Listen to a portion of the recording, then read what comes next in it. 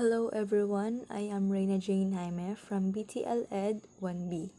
So today I'm going to discuss about the transportation during the Bronze Age. So the Bronze Age marked the first time humans started to work with metal. According to research, ancient Sumerians in the Middle East may have been the first people to enter the Bronze Age. Transportation of farm products and other materials was mainly by water, for moving bulky goods by land still constituted a major problem. So during the time, people traveled huge distances to trade or exchange their products.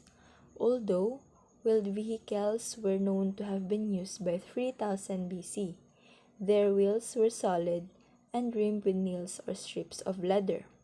Not until 1,000 years later did spoke wheels and lighter wagons begin to appear.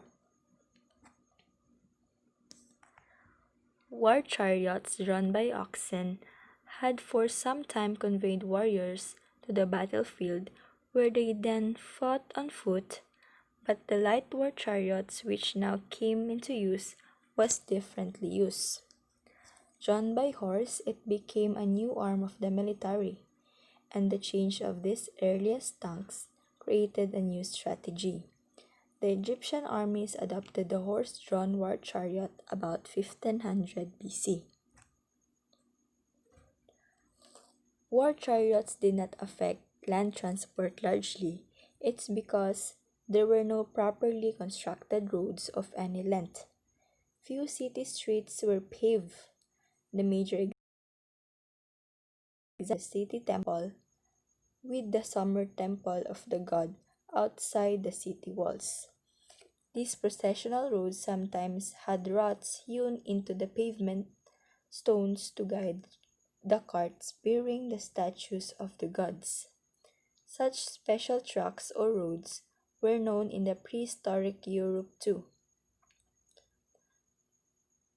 Most traffic, whether of goods on wagons or on the backs of pack animals, tended to lead to the nearest water, which carried the long distance transport, a situation which existed in most parts of the West until the 18th or 19th century.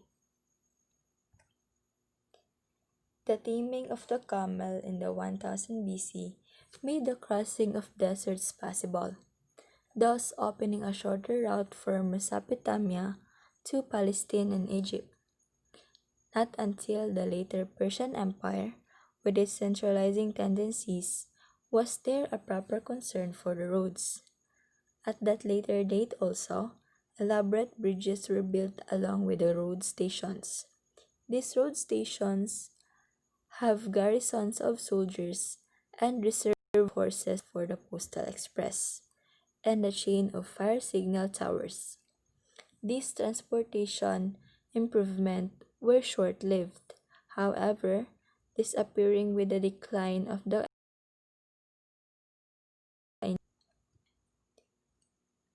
river transport of the Nile was relatively simple.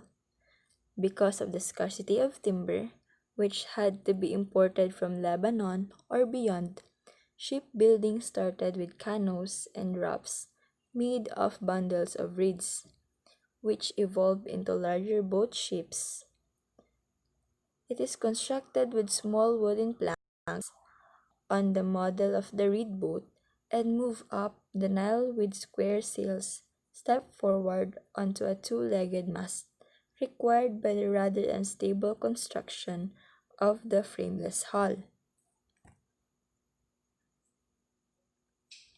In Mesopotamia, the sin float, or it is a raft made of hide stretched over a wood frame, and the kufa, or coracle, a broad and short boat made of waterproof material stretched over a weaker or light wood or frame.